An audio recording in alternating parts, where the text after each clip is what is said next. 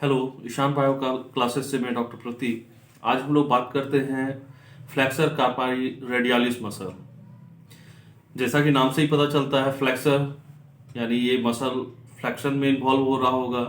कार्पाई यानी रिस्ट के पास का मसल है, और रेडियालिस यानी रेडियल डेविएशन का काम कर रहा होगा। तो चलिए हम लोग इसको डिटेल से देखते हैं कहाँ तक ये अपने नेम को प्रूव करता है।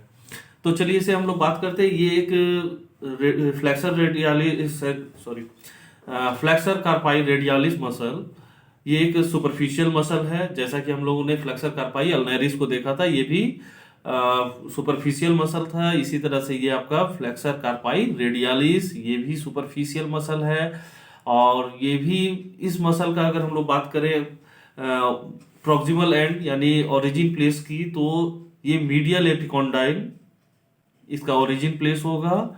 और ये मीडियल एपिकॉन्डाइल से होते हुए डाउनवर्डली फोर आर्म में आता है, डाउनवर्डली एंटीरियरली आता है, और ये इंसर्ट करता है या अटैच करता है डिस्टली सेकेंड और थर्ड मेटाकार्पल के बेस के साथ।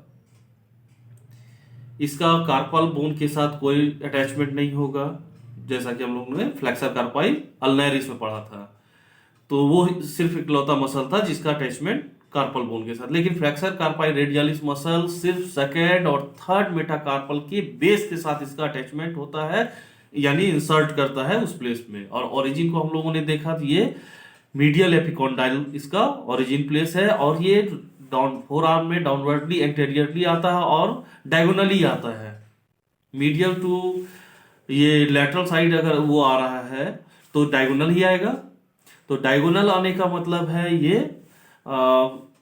आपका रेडियस की तरफ इसका डेविएशन होगा इस मसल का। तो ये ये रेडियल डेविएशन में भी इन्वॉल्व होता है। तो चलिए अगर हम लोग बात करें इसको सिलसिलेवार ढंग से, फिर से ओरिजिन, इंसर्शन, एक्शन और नर्व सप्लाई की, तो हम लोगों ने पहले देखा इसका ओरिजिन को हम लोग फिर से समझते हैं। ओरिजिन होगा medial epicondyle of the humerus.